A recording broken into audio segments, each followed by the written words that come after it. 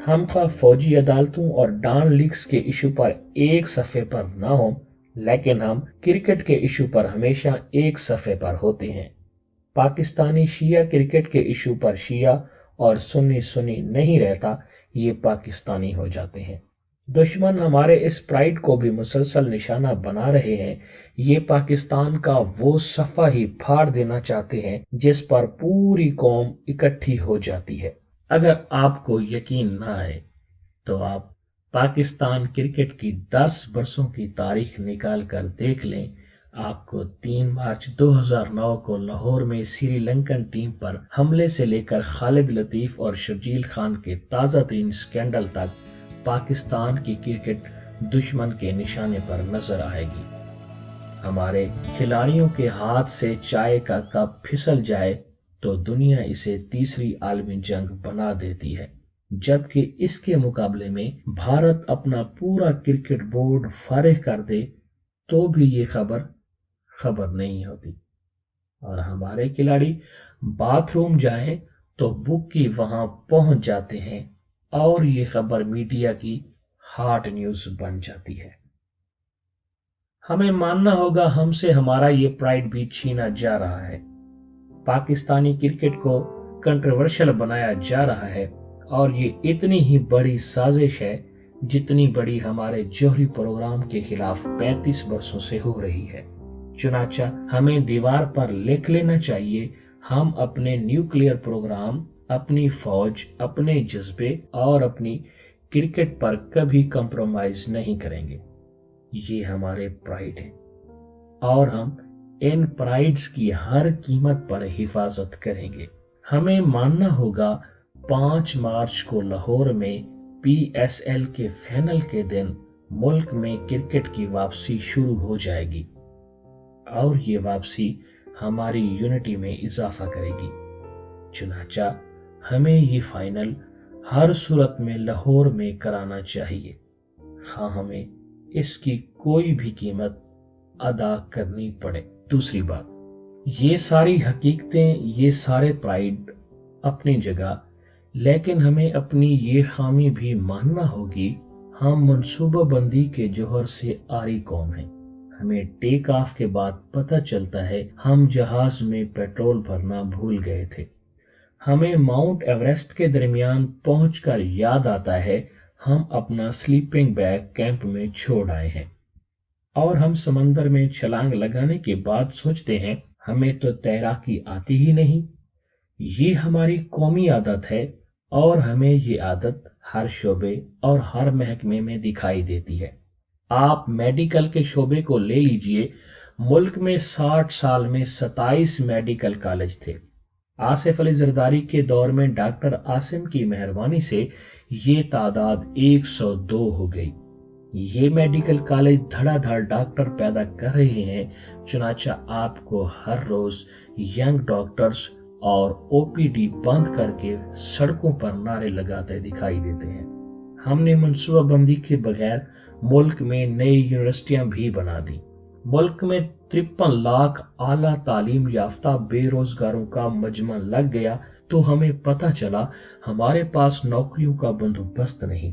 چنانچہ آج حالت یہ ہے، ملک کی 79 جیلوں میں 6500 MA پاس مجرم بند ہیں۔ اڈیالہ جیل میں 39 MA اور 279 BA قید ہیں۔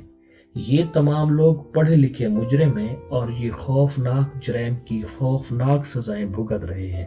ہم نے 2003 میں گاڑیوں کی لیزنگ شروع کی، ملک میں گاڑیوں کا سیلاب آ گیا۔ کراچی شہر میں اس وقت 38 لاکھ گاڑیاں ہیں اور ان میں روزانہ 900 گاڑیوں کا اضافہ ہو رہا ہے۔ ملک میں 2016 میں 1,65,000 نئی گاڑیاں رجسٹرڈ ہوئیں۔ ہمیں اسکیم کے 12 سال بعد معلوم ہوا ہماری سڑکیں اتنا بوجھ برداشت نہیں کر سکتی۔ چنانچہ آپ آج کسی شہر میں نکل جائیں، آپ وہاں ٹریفک میں پھنس جائیں گے۔ ہم نے اسی طرح شوکت عزیز کے دور میں ٹیلی ویژن، ایئر کنڈیشنر اور فریج کی ڈیوٹی کم کر دی تھی۔ پورے ملک نے یہ ساری سہولتیں خرید لیں تو ہم بجلی کے شدید بحران کا شکار ہو گئے۔ اب ہم پچھلے 10 برسوں سے بجلی پوری کر رہے ہیں۔ میں آپ کو ایسی بیسیوں مثالیں دے سکتا ہوں۔ یہ مثالیں ثابت کریں گی ہم منصوبہ بندی کو گناہ سمجھتے ہیں۔ ہم فصل بونے سے پہلے کاٹنا چاہتے ہیں۔ چنانچہ ہم مسائل در مسائل کا شکار بھی ہوتے جا رہے ہیں، اور ہم خفت اور بے عزتی کی کرچیاں بھی چن رہے ہیں۔ ہم نے اس بدنظمی اور لیک آف پلاننگ کی تازہ ترین مثال پاکستان سپر لیگ یعنی PSL کے فائنل میں بھی دیکھی۔ پاکستان کرکٹ بورڈ اور PSL کی انتظامیہ نے 5 مارچ کو لاہور میں فائنل میچ کا اعلان کیا۔ اجازت بھی مل گئی، سیکیورٹی کا بندوبست بھی ہو گیا، فوج بھی ایکٹیو ہو گئی اور ٹکٹ بھی بک گئے۔ لیکن پھر اچانک غیر ملکی کھلاڑیوں، کمنٹیٹرز، امپائرز، براڈ کاسٹرز نے پاکستان آنے سے انکار کر دیا۔ لوک رائٹ نے بڑی خوفناک ٹویٹ لکھی۔ اس نے لکھا، میرے چھوٹے چھوٹے بچے ہیں، میں ایک میچ کے لیے اپنی جان رسک میں نہیں ڈال سکتا۔ یہ ٹویٹ اور کھلاڑیوں کا یہ انکار چوٹ پر ٹھڈا ثابت ہوا، اور ہم پوری دنیا میں ننگے ہو گئے۔ ہمیں فائنل کو لاہور کی طرف موڑنے سے قبل کھلاڑیوں کی رائے ضرور لینی چاہیے تھی۔ یہ اگر راضی ہو جاتے تو ہم فائنل لاہور میں کرا لیتے، اور اگر یہ حامی نہ بھرتے تو ہم باقی میچز کی طرح فائنل بھی دبئی میں کرا لیتے۔ کیا فرق پڑ جاتا؟ قوم فائنل بھی ٹیلی ویژن پر دیکھ لیتی۔ ہمیں اپنے منہ پر خود تھپڑ مارنے کی کیا ضرورت تھی؟ کیا نجم سیٹھی اور شہریار خان کے پاس اس سوال کا کوئی جواب موجود ہے؟ یقیناً ہوگا، کیونکہ ہم میں سے ہر شخص کے پاس ہر ناکام احمق کی طرح بے شمار جواز، لاکھوں جواب موجود ہوتے ہیں۔ ہم جوابات کے خزانے سے لبالب بھرے رہتے ہیں۔ چنانچہ میری سیٹھی صاحب سے درخواست ہے، آپ بھی لگے رہیں، آپ بھی کیک رس چائے میں ڈبو کر کھاتے رہیں۔ آپ کی طرف کوئی نظر نہیں اٹھائے گا، آپ سے کوئی نہیں پوچھے گا۔ ہم پاکستانی غلطیوں کے لیے بنے ہیں، اور دنیا کی کوئی طاقت ہم سے یہ صلاحیت نہیں چھین سکتی۔